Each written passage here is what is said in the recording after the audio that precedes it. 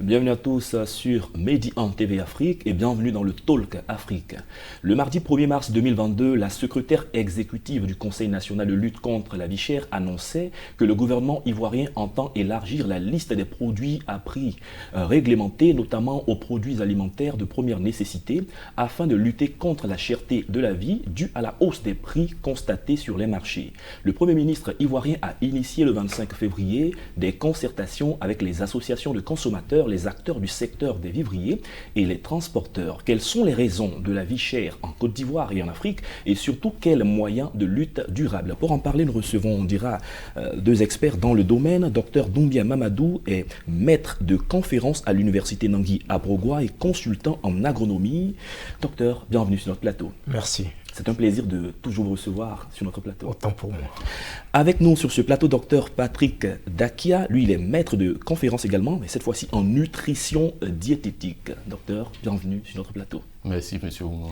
Avec vous, nous allons parler d'un sujet qui est d'actualité ces derniers temps, ces dernières semaines. C'est la cherté de la vie ou la vie chère en Côte d'Ivoire et partout en Afrique. Alors, première question pour vous, docteur Doumbia Mamadou. Quand on parle de cherté de la vie ou de vie chère, quelle compréhension, de façon simple? Qu'est-ce que ça veut dire? La compréhension, c'est qu'on fait des comparaisons. En tête, il y a peut-être un mois, ce qu'on achetait, le prix, et aujourd'hui, le prix de la même denrée.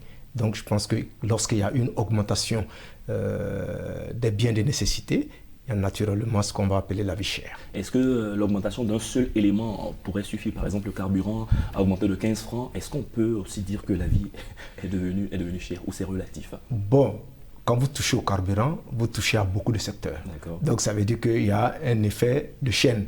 Par contre, certains aspects peuvent être occasionnellement augmentés sans affecter totalement ce qu'on appelle la vie chère. Mais lorsque en fait, les denrées de consommation importantes dans la société commencent à connaître un accroissement, naturellement, on va sentir dans la poche du consommateur, donc la vie sera chère. Docteur Dakia, il a parlé de poche du consommateur. Les consommateurs, il y en a de toutes sortes. Il y a des consommateurs moyens, il y en a qui sont plus aisés. Mais quand on parle de vie chère, qui paye le lourd tribut? Est-ce que tout le monde est touché par la vie chère? Oui, effectivement, tout le monde est touché par la vie chère parce que les études sociales ont montré que les salaires, pour ce qui concerne les revenus des citoyens, 25% du salaire va à l'alimentation. Donc à partir du moment où les biens de consommation, de grande consommation sont impactés au niveau du prix, directement, ça diminue la qualité de la vie des gens, donc d'où la vie chère. Donc on prend l'exemple de quelqu'un qui est payé à 100 000 francs. Oui. S'il a 25 000 francs qui sont injectés dans l'alimentation, le loyer, s'il le paye peut-être à 50 000 francs ou à moins que ça, ben, il n'a plus rien. Il n'a plus rien. Sans oublier le transport. Le transport. Et tous les autres détails. En début mars, la question de la vie chère aussi a été vécue dans un pays voisin, le Bénin. Il y a eu des consommateurs, des associations qui se sont réunis pour lutter, pour manifester, protester contre cette situation. Ça veut dire que la Côte d'Ivoire et la plupart des pays africains rencontrent les mêmes situations, docteur. Oui, il faut dire que le problème de la vie chère, et surtout en ce qui concerne les denrées alimentaires, ont un impact sur l'équilibre social d'une société. Parce que, comme on le dit, qui a faim n'est pas un homme libre. Donc, il faut veiller à ce que, effectivement, ce paramètre nutritionnel soit quand même comblé. Et c'est même parmi les fonctions de l'organisme, les fonctions vitales. Donc, à ce niveau-là, c'est ce qui va entraîner des troubles. Donc, pour apaiser ces genres de situations, il faut naturellement que, en fait, tous les gouvernements et tous les acteurs puissent effectivement s'impliquer à la résolution de ce problème. Et donc, le problème, il n'est pas simplement le cas du Bénin, mais c'est un peu généralisé. Peut-être lorsque nous allons toucher aux causes, il y a des facteurs exogènes et des facteurs endogènes, et comment nous allons pouvoir peut-être apporter nos solutions. Comparaison n'est pas raison, on entend souvent certaines personnes qui sont nostalgiques et qui disent en notre temps, il y a 25 ans, le loyer coûtait tant, la vie était bonne, elle était meilleure. Docteur, quand vous faites un retour en arrière, est-ce que les choses ont évolué dans le bon sens? Ou du moins, c'est relatif? Je vais m'appuyer sur le cas d'un produit de grande consommation comme le riz, voilà, pour étayer mon propos. on est à 50% déficitaire en matière de consommation de riz. Donc c'est un problème qui perdure. Donc on va dire que le problème perdure, alors qu'on a des solutions, on a des agronomes, on a des experts dans ce domaine-là. Donc il faille qu'on prenne le taureau par les cornes et qu'on investisse massivement dans la production de riz local. Voilà. Et puis, voilà. D'accord. Entrons dans les causes.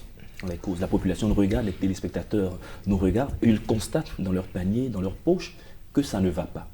Ils ont besoin tout de même de savoir pourquoi est-ce que nous en sommes là aujourd'hui. La plupart du temps, certains pensent que c'est de la volonté du politique, certains pensent que ce sont des agents véreux, et puis il y a des commerçants aussi qui, par la force des choses, augmentent les prix. Docteur, dites-nous tout doucement et pas à pas, pourquoi cette situation?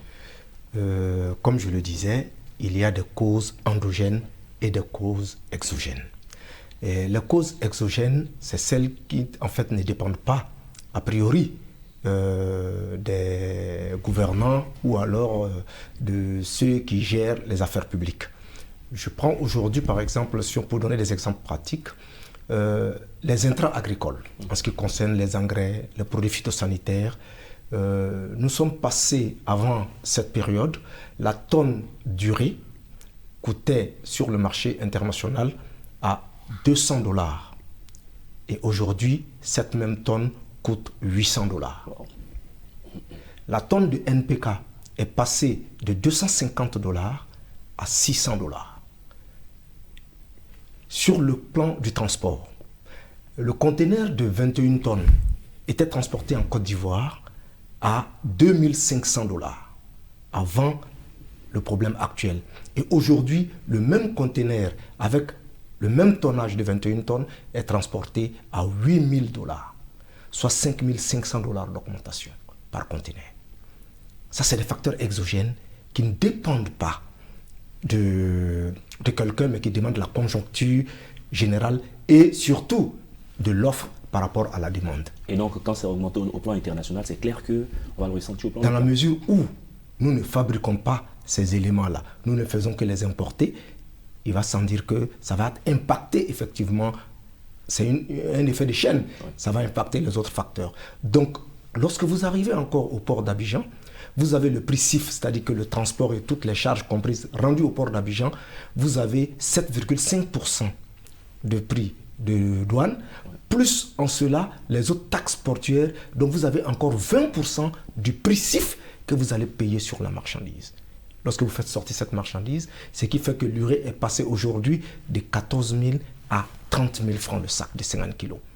Et le NPK est passé de 13 000 pratiquement à 28 000 francs. Donc voilà, ça c'est des facteurs qui ne sont pas maîtrisables, qui sont exogènes. Donc par rapport à cette actualité des effets exogènes, il y a aussi ce qui est endogène. Ce qui est endogène, c'est qu'effectivement, nous sommes confrontés à un manque d'industrie, de production de ces intrants-là, qu'on pouvait anticiper. S'il y avait des industries chimiques qui fabriquaient ces intrants, on allait enlever les coûts de transport, les coûts de douane et pas mal de frais allaient être enlevés pour permettre effectivement une réduction de ce coût-là. Aujourd'hui, l'urée et le NPK vont encore grimper avec ce qui se passe actuellement en Russie parce que l'Ukraine est parmi les pays les plus grands producteurs de l'urée. Donc ça va impacter encore les choses. Donc ça veut dire qu'il faut comme solution par rapport à ces causes exogènes que nous-mêmes, à l'interne, nous ayons nos industries. D'accord, ça on y reviendra tout à l'heure. Si on parle d'augmentation de l'urée qui aura un impact sur la production au plan local, parlons de nos cultures vivrières. Nous sommes, je vais dire, en Côte d'Ivoire, on est assez bien placé, nous produisons beaucoup à ce niveau. Comment comprendre que le consommateur aussi ressente les difficultés liées à la vie chère, docteur? Oui, pour cela, il faut bien comprendre, au niveau des produits vivriers dont nous parlons, il faut bien comprendre comment ça fonctionne. Très bien. D'abord, quels sont les acteurs qui sont dans les produits vivriers?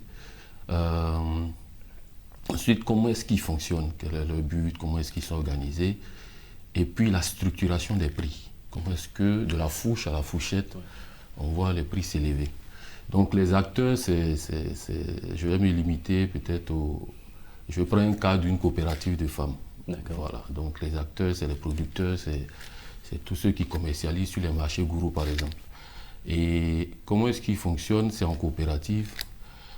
Ensuite, les coopératives financent ou alors s'approvisionnent par eux-mêmes leurs moyens de production. C'est-à-dire ici à Saint-Fra, un peu de façon locale. Et puis c'est acheminé sur Abidjan. Donc au milieu de tout ça, il y a une structuration qui est qu'il y a le producteur. Quand c'est en ligne indirecte, et en ligne directe, c'est le producteur qui vend directement au consommateur. En ligne indirecte, il vend à un grossiste. Le grossiste vend à un demi-grossiste. Entre les deux, il y a le transporteur qui est là. Ensuite, ça arrive aux détaillants. Eux, les détaillants revendent maintenant aux consommateurs. Donc, au milieu de tout ça, il peut y avoir beaucoup d'interférences. Et l'interférence majeure, c'est le transport. C'est le transport. Donc, elle ne maîtrise pas vraiment le transport. Il y a des coûts élevés de location de véhicules pour faire sortir la marchandise. Voilà, il y a ça. Donc, une fois qu'on a identifié tous ces paramètres-là, on peut peut-être les aider. Sur la route aussi, il y a le mauvais état des routes qui abîme le matériel. Il y a les tracasseries routières, il y a le raquettage, il y a la mauvaise concurrence même entre les acteurs du terrain. Donc, tout ça, il faut bien identifier et puis comprendre comment ça impacte le prix. Et puis jouer effectivement sur certains axes ou bien sur certains points pour pouvoir diminuer, je vais dire, les prix finaux pour le consommateur. Et quand vous parlez de diminuer les prix, vous faites allusion à qui? À celui qui fixe les prix homologués? Vous pensez à l'État de Côte d'Ivoire, à l'autorité peut-être de régulation ou de la propre volonté de ceux qui sont dans cette chaîne, producteurs, demi-grossistes, grossistes? Qui est concerné? Ok, je pense que par rapport à la réduction des prix, comme le docteur a eu à le dire, il faut d'abord bien identifier les causes. Une fois que les causes sont identifiées, comment on peut affecter ces causes-là de nature à faire baisser? Parce que la baisse ne peut pas être systématique si les causes ne sont pas impactées. Donc, ce qui veut dire que, par exemple, comme je le disais, parmi les causes endogènes, il y a aujourd'hui un paramètre qui est très important au niveau de la production, c'est le manque de main-d'œuvre. Parce que vous avez aujourd'hui, avec l'orpaillage clandestin, les jeunes au niveau des milieux ruraux préfèrent par exemple aller faire l'orpaillage à raison par exemple de 6 000 francs la journée plutôt que d'aller dans un champ pour faire de la production à raison de 1 500 à 2 000 francs la journée. Donc vous voyez que là, il y a une érosion des jeunes, des bras valides vers l'orpaillage. Donc ça veut dire qu'il faut combattre en milieu rural l'orpaillage clandestin. Est-ce que les questions de pluviométrie liées au climat aussi? Oui, en fait, de façon indirecte même, l'orpaillage peut affecter la pluviométrie. Parce qu'en fait, il dévaste de grandes superficies. Il y a des trous partout. Il y a une indisponibilité des terres en milieu rural. Et lorsque les terres sont dénudées, naturellement, il y aura moins de pluie. Donc, ça veut dire qu'il y a un effet de cause par rapport effectivement à ce paramètre-là. Deuxièmement, bien sûr, il y a le changement climatique qui est de façon générale.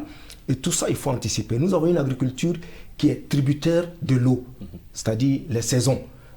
Donc, il faut augmenter les systèmes d'irrigation. Il faut faire des forages, il faut faire les aménagements. Par le passé, on avait des sociétés comme la Sodefel, qui sont des sociétés d'État, c'est-à-dire la Sodefel, la Satmassi et autres, où il y avait des périmètres aménagés qui permettaient aux producteurs de faire de la production. Pourquoi ne pas adopter ces systèmes-là? Aujourd'hui, c'est vrai, avec le PNIA 1, PNIA 2, il y a des solutions qui sont abordées par le gouvernement, mais il faut aller plus en profondeur. Il faut aller plus en profondeur, identifier les causes et apporter des solutions idoines. Donc, si l'orpaillage est combattu, maintenant, il y a aussi la maîtrise de la production par les producteurs. Parce qu'aujourd'hui, qu'est-ce qui se passe? Les moyens de production ont changé, les techniques ont changé, il faut s'adapter. Donc, il faut la formation, l'information de nos producteurs pour que ces producteurs-là s'adaptent. Nous avons des acteurs de la production qui sont en majorité analphabètes. Il faut donc orienter, il faut mécaniser la production. Donc voilà autant de paramètres sur lesquels si nous pouvons agir par anticipation. Et donc si nous agissons sur ces facteurs-là, naturellement nous allons baisser les coûts. S'il y a beaucoup de main-d'œuvre, il y aura beaucoup de production et ainsi de suite, le produit va être moins cher sur le terrain. D'accord, très bien. Parlons un peu des commerçants. Parfois, certains ne sont pas de très bonne foi. Vous allez dans un commerce, le même produit à différents prix sur les différentes chaînes. Pourquoi c'est ainsi? Et parfois aussi dans le domaine du transport. Vous voyez, de telle ligne à telle ligne, demain les prix grimpent et personne souvent ne réagit. Bon, à ce niveau, j'ai envie de reprendre les dits du ministre du Commerce qui a dit qu'il existe aussi des cartels. Ouais. Moi, je dirais plutôt qu'il existe des commerçants qui, dans leur réseau, font de la rétention des produits de première consommation pour créer une spéculation fictive et puis gagner plus quand ils relâchent le stock. Donc il y a ça. Il y a aussi le ministère du Commerce qui doit accroître le contrôle des prix pour pouvoir homologuer les prix dans tous les petits commerces, les grands et les petits commerces. Je pense que c'est en multipliant ces contrôles qu'on peut peut-être maîtriser, voilà, ou stabiliser les prix. D'accord, voyons un peu les initiatives aussi du gouvernement. Depuis le 2017, il y a des initiatives qui ont été prises. On a vu qu'en 2022, fin février, le Premier ministre s'est saisi de la question. Il y a eu des visites dans les différents marchés. Il y a même le Conseil national de lutte contre la vie chère qui est à pied d'œuvre. Qu'est-ce que le gouvernement fait pour rassurer les populations et dans le bon sens? Je pense qu'il y a des actions effectivement qui sont entreprises. Il y a le PENIA, comme je l'ai dit, le PENIA 1, qui est un programme national d'appui au secteur agricole. Il y a le PENIA 2 aujourd'hui. Il y a des pôles agro-industriels qui sont créés. Il y a un pôle dans l'Indénié du Hablais. Il y a un pôle au centre au niveau de Yamoussoukro et il y a un autre pôle qui vient d'être ouvert au niveau du nord. Donc c'est des initiatives à saluer.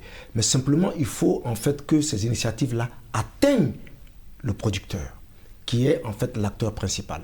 Et pour moi, il faut favoriser en fait la mécanisation de la production, inciter la jeunesse à aller vers le travail de la terre, parce que ceci est très important. Mais il faut donc changer un certain nombre de préalables, je veux dire. Par exemple, aujourd'hui, payer un ouvrier à 40 000 en milieu rural, vous voyez que ce n'est pas attrayant. Donc, il faut changer le SMAG, c'est-à-dire le salaire minimum agricole. Il faut le ramener. Aujourd'hui, je pense à presque 60 000 francs, comme le SMIC a été fixé, pour que le travail en milieu rural soit aussi attrayant. Il y a aussi un autre paramètre très important, comme je l'ai dit, c'est vraiment apporter l'irrigation. Donc, il faut financer l'agriculture. Dans les pays limitrophes, il y a la subvention des intrants. En Côte d'Ivoire, on subventionne uniquement que le coton, l'engrais coton. Alors que dans les autres pays, on subventionne le maraîcher, on subventionne le maïs. Donc, il faut apporter, parce qu'en fait, c'est des secteurs qui sont vitaux pour notre existence. Donc, il faut les accompagner, il faut apporter des subventions pour que le prix des intrants puisse baisser. Mais il faut favoriser aussi, par exemple, le développement des intrants localement. Comme on l'a dit, il y a des professeurs qui ont travaillé sur des intrants sur place ici, que ce soit les engrais, que ce soit les produits biopesticides, et qui sont très efficaces et à moindre coût. Donc ça, il faut que la recherche soit accompagnée. Si la recherche n'est pas accompagnée, ce serait difficile effectivement que nous puissions baisser les coûts. Parce que si tout est basé sur l'importation, il y a des paramètres que nous ne maîtriserons pas à l'importation. Je pense que vous touchez un paramètre que le docteur Daki avait déjà abordé dans l'entame de ses propos. Vous parlez d'ingénieur agronome pour les questions de riz, l'autosuffisance à ce niveau. Qu'est-ce que ces derniers, justement, peuvent faire pour réduire les difficultés liées à la vie chère? Parce que c'est toute une chaîne. Les gouvernants vont prendre des décisions, faire le contrôle, il y a les producteurs, toute la chaîne. Mais les chercheurs, les ingénieurs agronomes, etc., ils sont là, ils ont le rôle à jouer. Oui, nécessairement, on dit que la recherche précède le développement. Donc, pour abonder dans le même sens que le docteur Doumbia, c'est vraiment de financer la recherche. Voilà, on a les experts qui sont en Côte d'Ivoire, on est vraiment outillés. Il faut accompagner avec les moyens pour que la recherche, la formation, la production, ce qu'on appelle la post-récolte, c'est-à-dire une fois qu'on a produit, il faut transformer, il faut conserver pour que ça dure dans le temps. Donc des unités de transformation, de conservation, tout ça, je pense que si c'est financé, bien organisé, on peut aboutir à une autosuffisance. D'accord, parlons du contrôle des prix homologués sur les marchés. Est-ce que vous avez le sentiment qu'à ce niveau-là, il y a beaucoup d'efforts qui sont faits parce que les populations se plaignent dans telle localité, dans telle zone, voici le prix d'un tel produit, ailleurs le prix est différent, alors qu'il y a un Conseil national de lutte contre la vie chère. Quel est le sentiment que vous avez au niveau du contrôle des différents prix? Bon, d'abord, il faut dire que la Côte d'Ivoire a opté pour la libéralisation. Ça veut dire qu'à ce niveau-là, les commerçants, pour leur activité, fixent les prix selon effectivement les charges et autres éléments qu'ils ont à leur possession.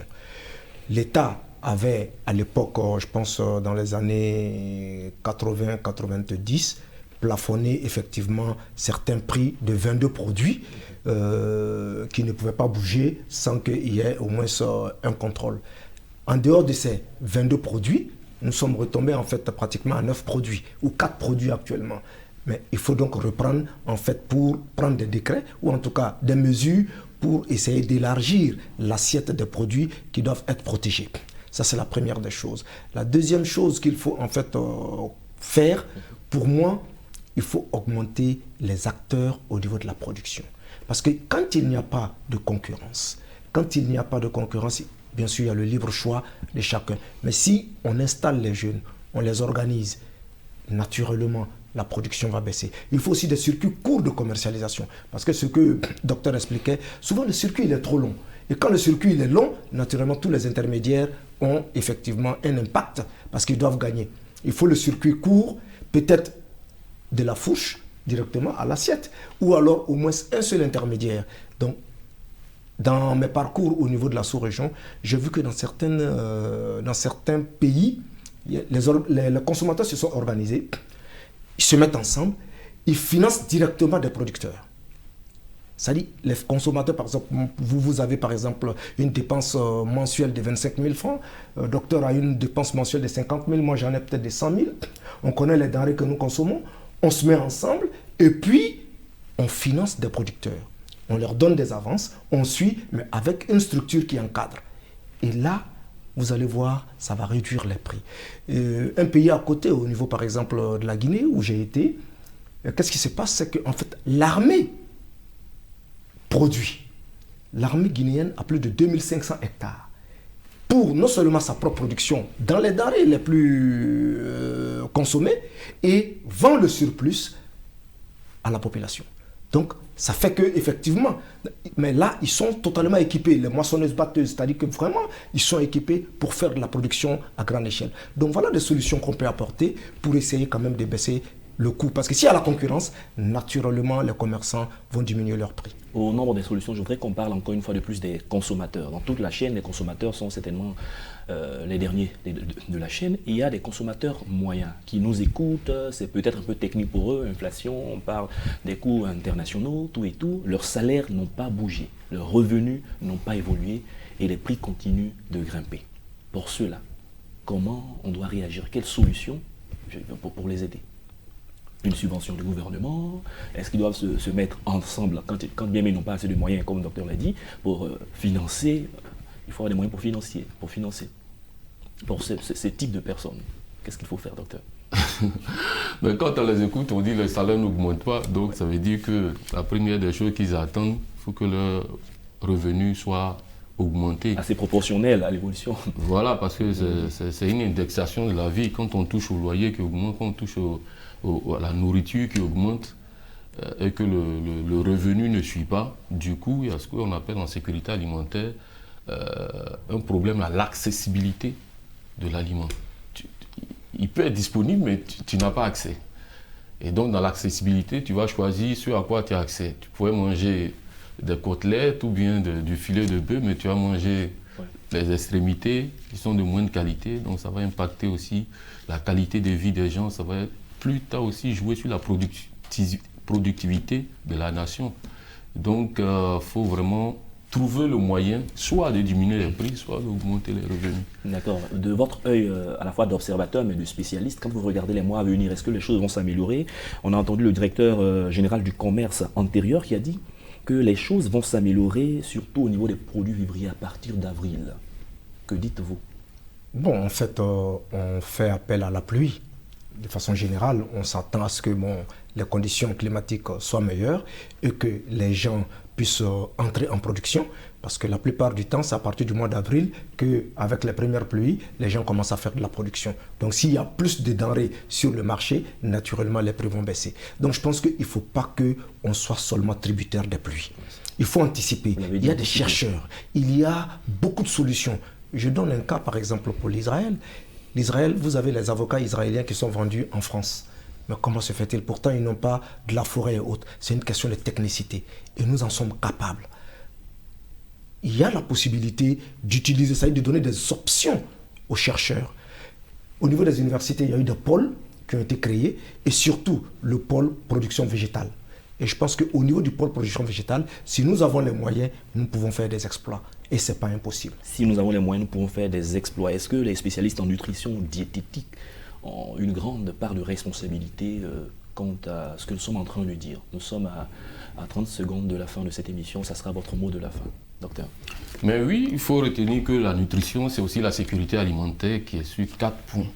C'est-à-dire que l'être humain doit avoir accès à tout moment, voilà, à une alimentation de qualité, voilà, en suffisance, en tout ce qu'il faut pour pouvoir répondre à ses besoins physiologiques et puis de plaisir pour pouvoir bien produire. Donc, il faut que le gouvernement se penche là-dessus, finance les acteurs, voilà, pour pouvoir combler ce déficit-là. Merci, Dr Patrick Dakia. Vous êtes maître de conférence en nutrition diététique. Merci d'avoir contribué à cette émission et d'être passé surtout sur notre plateau. Je vous remercie. Merci également à Dr Doumbia Mamadou, maître de conférence à l'université Nangui à Brogua et consultant en agronomie. Merci pour cette contribution. Merci. Qui fait avancer l'Afrique vers le monde. C'est la fin de cette émission. Merci à tous de l'avoir suivi. Excellente suite de nos programmes sur Medi 1 TV Afrique. Thank